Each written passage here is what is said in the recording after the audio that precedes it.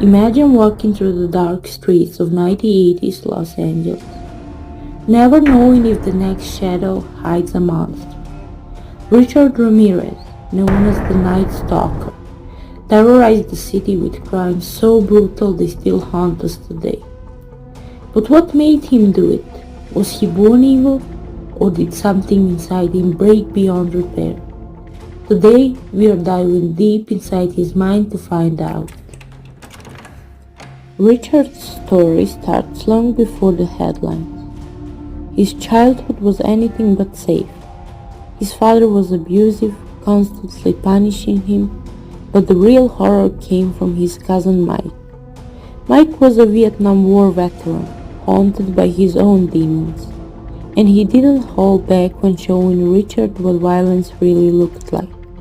In fact, Mike murdered his own wife in front of young Richard. Can you imagine witnessing that kind of brutality as a child? It's the kind of trauma that shatters innocence. On top of this, Richard suffered a serious head injury. Experts say head trauma like that can disrupt impulse control and emotional regulation. He also fell into drug use early on, which blurred his reality even more. All these pieces together, abuse, trauma, injury, and addiction, started pushing him toward a dark, dangerous path.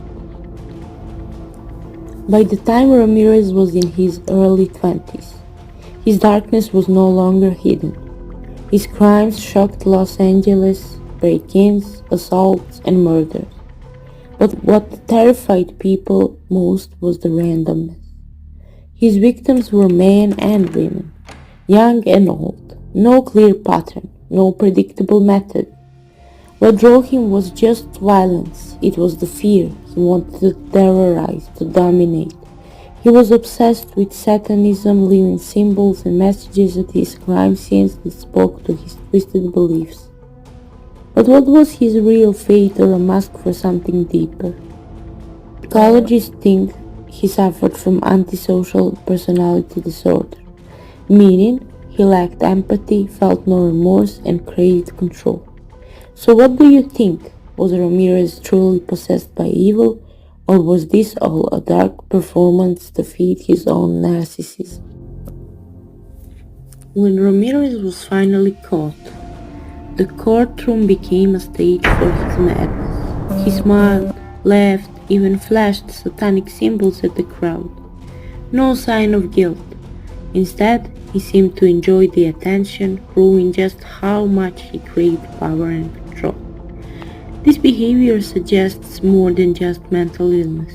It points to a sadistic narcissism, a personality that thrives on fear and domination.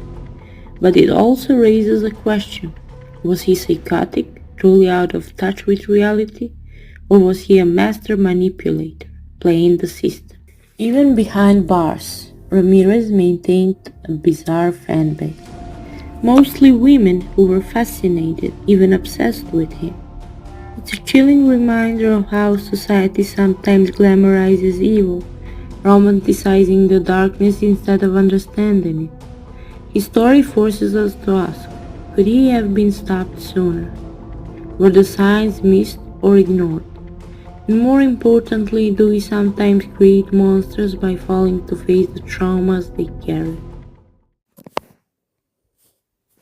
If you want to go even deeper into how his mind really worked, watch our latest video and learn everything about Jeffrey Dahmer.